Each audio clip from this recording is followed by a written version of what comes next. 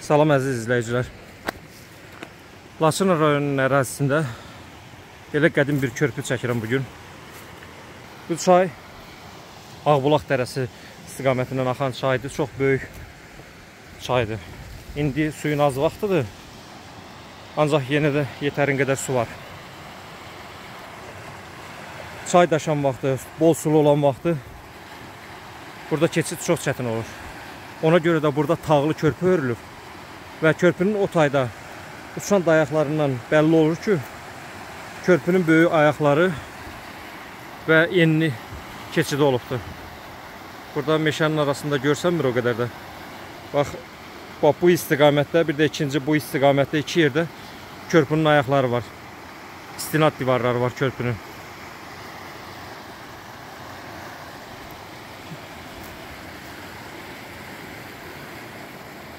Burada körpü yarılıb, ağrılanıb, uçub önə doğru. Uçuğun böyründən körpünün altına bir sandıqça kimi yer açılır. Nə üçün qoyulub? Orada içəridə boşluq varmış mı? Ona görə mi qoyulub? Bilinmir o.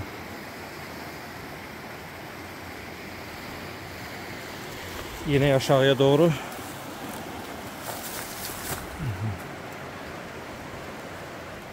Daşlar körpünün quruluşuna uyğun olaraq əyimli şəkildə yonulub, yerləşdirilib. Daşlar kvadrat şəklində yonulub.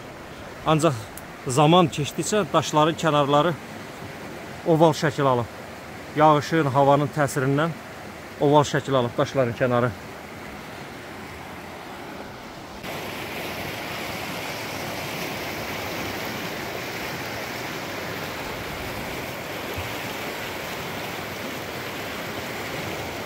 Körpü tikilişinə görə, vəziyyətinə görə bir sənət əsəridir. Həqiqətən bir sənət əsəridir.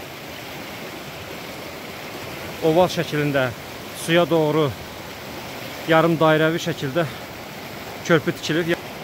Çox təəssüf ki, bu hala düşübdür.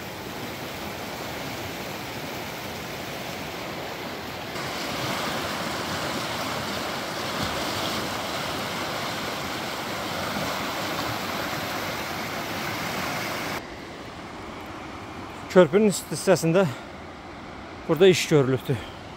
İş görülən vaxt körpünün qalıqlarının, körpünün qalıqlarının üst hissəsində də texnika izləri var. Görünür ki, texnikalar uçurdubdur. Tarixi abidələrimizə qarşı laqeyd olmayaq. Qorumaq borcumuzdur. Düzdür, artıq bu körpünün qorunacaq nə bir halı qalmayıb, nə bir vəziyyəti qalmayıb. Ancaq laqeyd də olmuyor. Bu cür tarixi abidələrimizin məhv olunmasında hələ Sovet dönəmində, Sovet vaxtında ermənilərin xüsusi rolları varmış. Əhali arasında şaya buraxırmışlar ki, filan yerdəki abidədə qızıl var, filan yerdəki abidədə abidə demirmişlər də, filan yerdə qızıl var. Orada qızıl bastırılır, qızıl sandıq var, filan var, bəhmən var. Bu cür şayələr buraxılmalı əhalini kör-körənə şəkildə o abidələrin, körpülərin, daş kitabələrin məhvinə təhrik edilmişlər.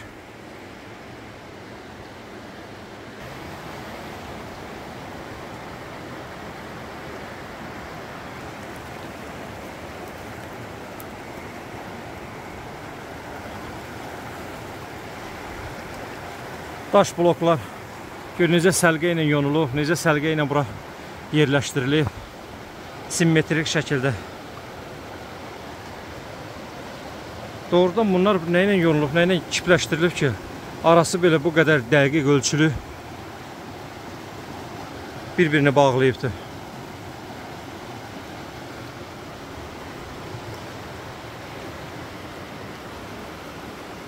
Körpüdən sökülüb suya tökülən bloklardır bunlar.